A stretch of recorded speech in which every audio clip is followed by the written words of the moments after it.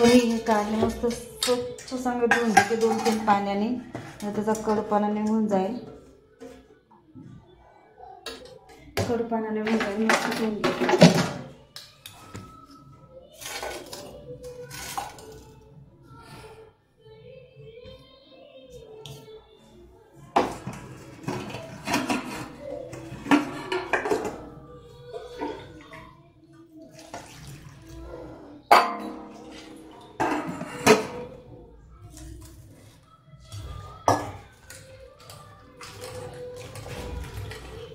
चांगलं 2 पाण्याने मस्त 2-3 पाण्याने धुवून घ्यायचं. हिरवं पाणी कसं मस्त काढून टाकायचं.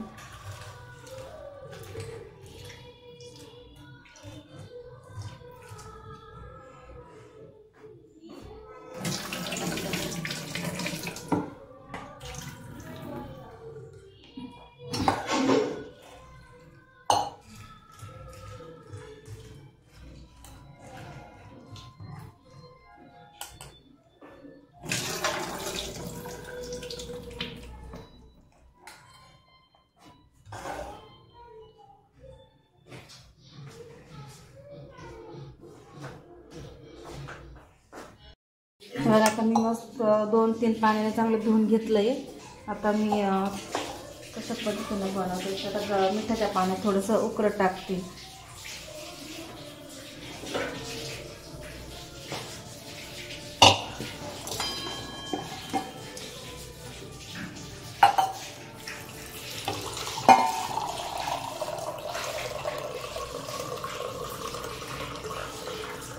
चांगले मस्त 2-3 पाण्याने धुवून घेतले. आता थोडेसे उकळत ठेवते. मीठ टाकते थोडंसं.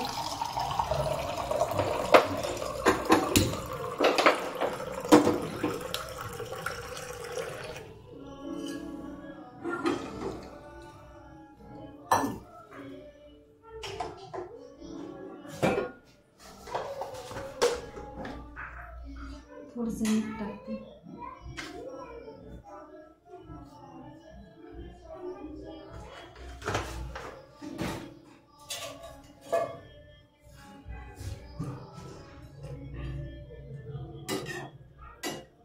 आता 10 मिनिटं मस्त उकळून देते. 10 मिनिटं उकळल्यानंतर मग आपण फोडणी कशी द्यायची ते बघू.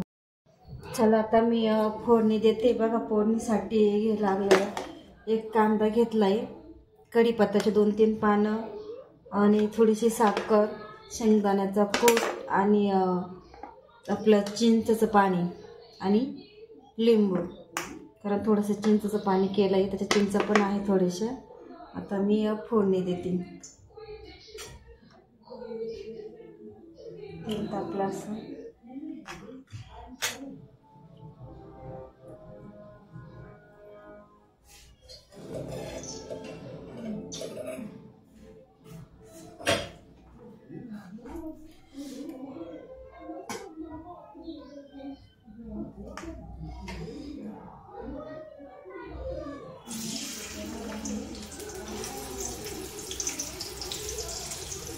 कढीपत्ता टाकते.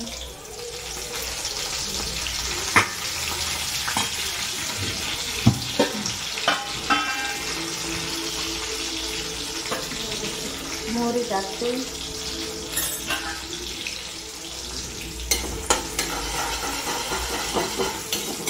कांदा जरा लाल झाला का मग आपण हे सगळं टाकू.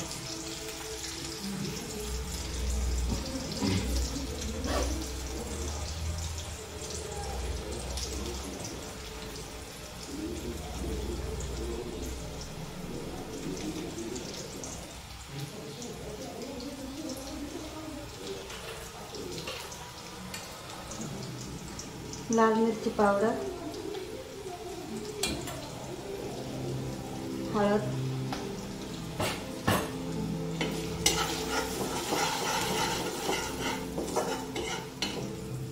आणि आता हे काढले उकळून घेतले मस्त.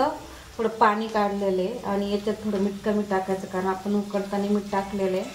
तर मीठ कमी टाकायचं, थोडं पिळून घ्यायचं.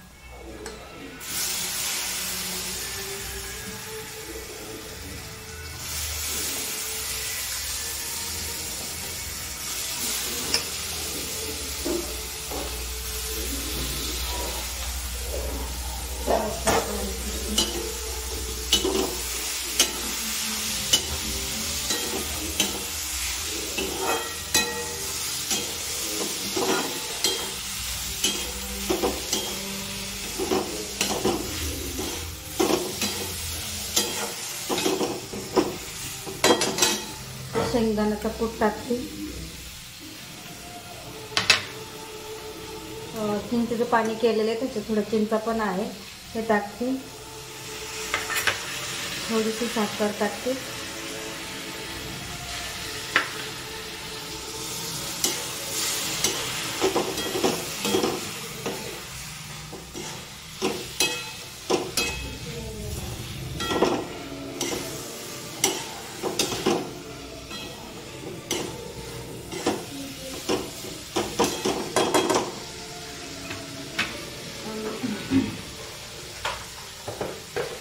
मीठ थोडं कमी टाकते कारण उकडताना आपण थोडं मीठ टाकलेलं आहे. उकडताना थोडंच मीठ टाकते आणि वरून अर्धा लिंबू घेतलेला आहे. वरून लिंबाचं